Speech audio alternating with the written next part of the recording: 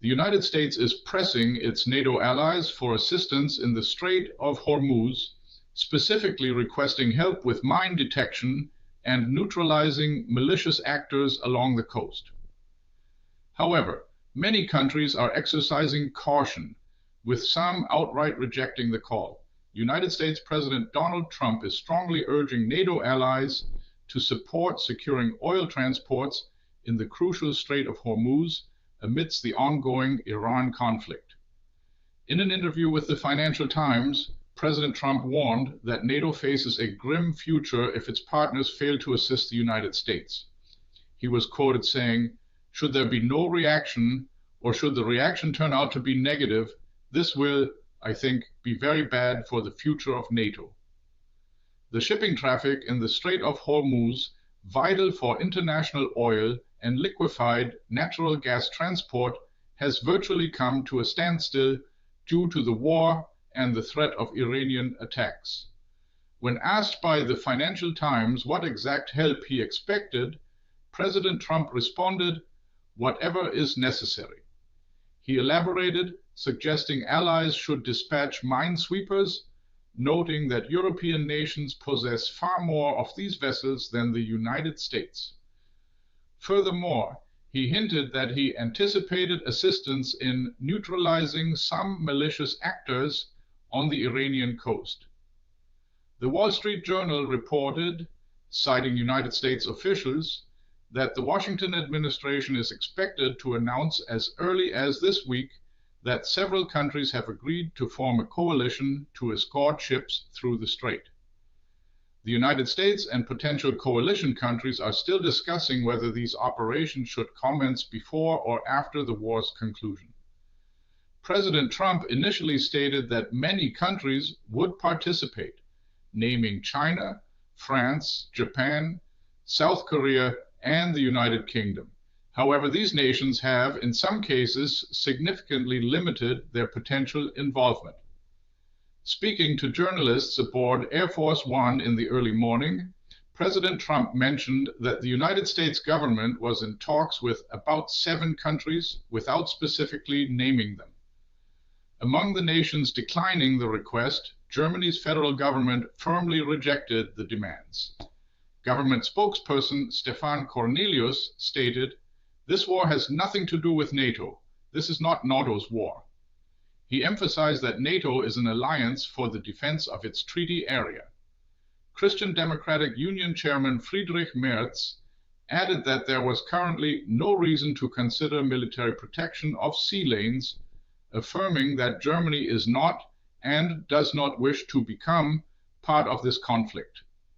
Defense Minister Boris Pistorius also confirmed that there would be no military participation. Earlier, Foreign Minister Johann Wadephul noted no immediate necessity for German involvement in a naval mission and called on the United States and Israel for more information on their war aims. The United Kingdom's Prime Minister Keir Starmer believes the Strait of Hormuz should be made passable without NATO involvement.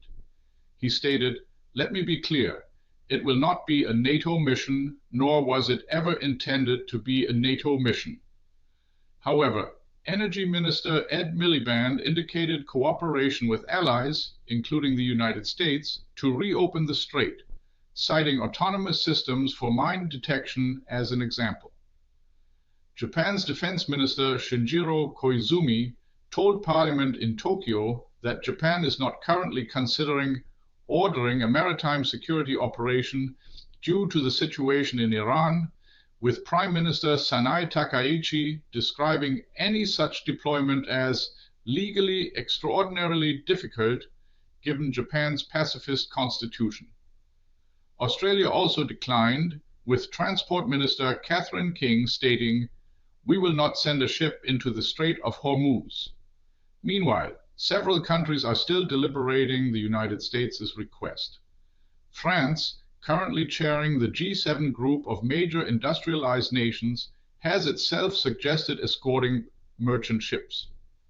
President Emmanuel Macron announced that G7 states aim to reopen the Strait of Hormuz for commercial shipping, by escorting oil tankers and cargo vessels. However, he cautioned that the prerequisites are not currently met, describing the strait as a war zone requiring coordinated efforts by multiple navies and weeks of preparation. The G7 includes France, the United States, Germany, Japan, Canada, the United Kingdom, and Italy. Denmark's Foreign Minister Lars Løkke Rasmussen stated that his country must impartially examine how it can contribute to facilitating shipping in the Strait of Hormuz, but Copenhagen has not yet made a decision.